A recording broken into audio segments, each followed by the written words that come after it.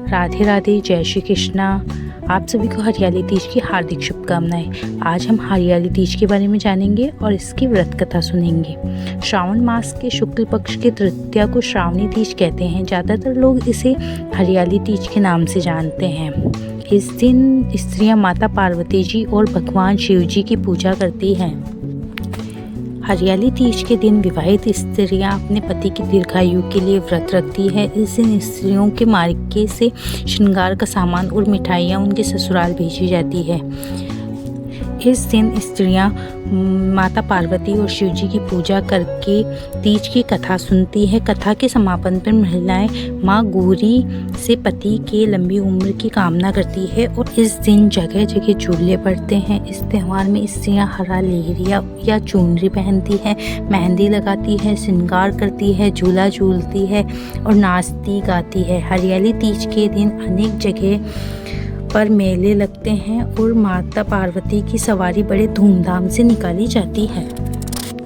अलग अलग स्थानों पे अलग अलग तरीके से तीज का त्यौहार मनाया जाता है। आइए अब हम तीज की कथा सुनते हैं। शिवजी ने पार्वती जी को उनके पुनर्जन्म का स्मरण कराने के लिए तीज की कथा सुनाई थी। शिवजी कहते हैं, हे पार्वती, तुमने हिमालय पर मुझे वर के रूप में पाने के लिए घोर तप किया था। अन्न जल त्याग, पत्ते खाए, सर्दी गर्मी बरसात में कष्ट सहे। तुम्हारे पिता दुखी थे। नारद जी तुम्हारे घर पधारे और कहा, मैं विष्णु जी के भेजने पर आया हूँ। वह आपकी कन्या से प्रसन्न होकर विवाह करना चाहते हैं। अपनी राय बताइए। पर्वतराज प्रसन्नता से तुम्हारा विवाह विष्णु जी से कराने को तैयार हो गए। नारद जी ने विष्णु जी को यह शुभ समाचार सुना दिया, पर जब तुम्हें पता चला तो बड़ा दुख हुआ। तुम मुझे मन से अपना पति मान चुकी थी। तुमने अपने मन की बात सहेली से बताई।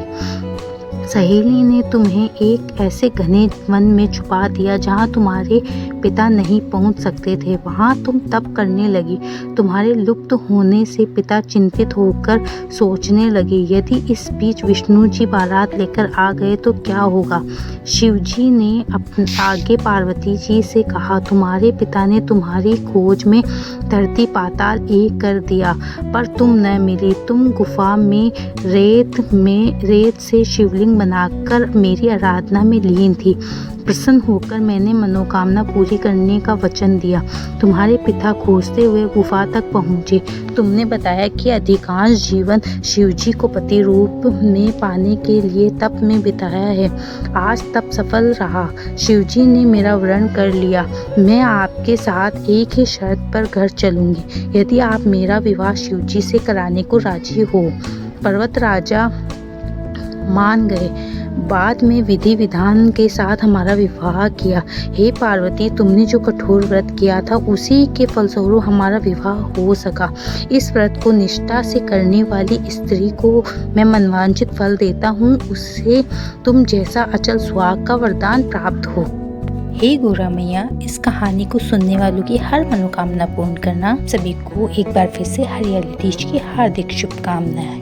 यदि आपको ये वीडियो अच्छा लगा हो तो प्लीज़ लाइक करें, कमेंट करें और चैनल पे नए हैं तो प्लीज़ सब्सक्राइब करें। धन्यवाद।